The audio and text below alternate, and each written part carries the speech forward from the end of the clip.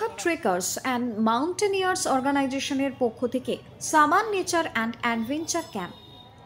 Balurghat trekkers and mountaineers organisation মানে BTMOর পক্ষ থেকে বর্তমান বিশ্বায়নের যুগে শিশু এবং কিশোরদের প্রথাগত শিক্ষার বাইরে সবুজায়নের বার্তা দিয়ে পরিবেশ দূষণ রোধের বিষয়ে সচেতনতা বৃদ্ধির লক্ষ্যে পর্বতারোহণকে কেন্দ্র করে গ্রীষ্মের ছুটিতে 23তম সামান নেচার অ্যান্ড অ্যাডভেঞ্চার ক্যাম্প শুরু হয়ে গেল।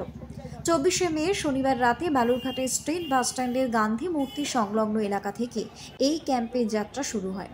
25শে মে রবিবার থেকে 28শে মে মঙ্গলবার পর্যন্ত 3 দিন ব্যাপী কালিম্পংয়ের কাছে দামসাং ভ্যালিতে এই ক্যাম্প অনুষ্ঠিত হতে চলেছে।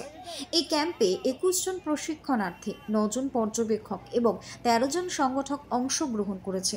প্রত্যেক বছরই বালুরঘাট ট্রেকার্স অ্যান্ড মাউন্টেনিয়ার্স অর্গানাইজেশনের পক্ষ থেকে শিশু এবং কিশোরদেরকে নিয়ে এই ধরনের নেচার অ্যান্ড অ্যাডভেঞ্চার ক্যাম্পের আয়োজন করা হয়ে থাকে।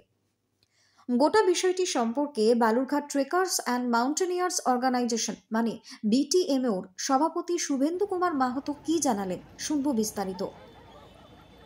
Bureau report, Hili news Bangla.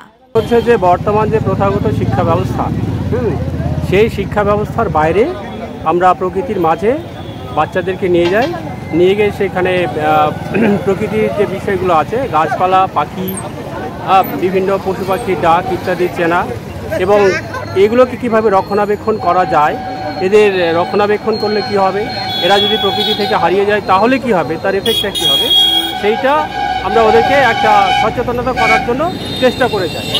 এছাড়া আমাদের অন্যান্য যে সমস্ত প্রোগ্রামগুলো আছে প্রকৃতির মধ্যে, ধরুন পলিউশন যে ব্যাপারটা এখন আছে, সেই ব্যাপারটা এখন ভীষণভাবে সারা পৃথিবীকে নাড়া দিয়েছে। বিশ্ব উষ্ণায়ন চলছে, কেন হচ্ছে, এই বিষয়গুলো মূলত জানা। আর যেহেতু ছোটো বাচ্চা, খুব গভীরে না গিয়ে মূলত দুটো জিনিস বলা। একটা হচ্ছে আমাদের প্রকৃতিকে রক্ষণ করার যে সমস্ত ব্যবস্থাগুলো আছে, যেমন প্লাস্টিক ব্যবহার করা যাবে না, প্লাস্টিক টোটালি বর্জন করতে হবে। যতটা পারা যায় বাড়ির পাশে যতটুকুন ফাঁকা জায়গা আছে সেইখানে অন্ততপক্ষে 2-4-5টা করে গাছ লাগানো, যাতে গ্রীষ্মকালে অন্ততপক্ষে একটু গাছের ছায়া বাড়িতে আসে, এইগুলো করা। আরেকটা হচ্ছে যে আমাদের প্রতিবেশী যারা আছেন তাদের সঙ্গে একটা সুসম্পর্ক বজায় রাখা, কখনো যদি কেউ বিপদে পড়ে সঙ্গে সঙ্গে তাকে সাহায্য করা, এবং সেটা ছোট থেকেই যেন এই মানসিকতাটা গড়ে ওঠে। আমরা যেহেতু এখন single child father mother, naturally আমরা কি করি, আমরা তো সবাই আমার ছেলে ডাক্তার হবে, কেউ ইঞ্জিনিয়ার হবে, এটাতেই আমরা ব্যস্ত থাকি।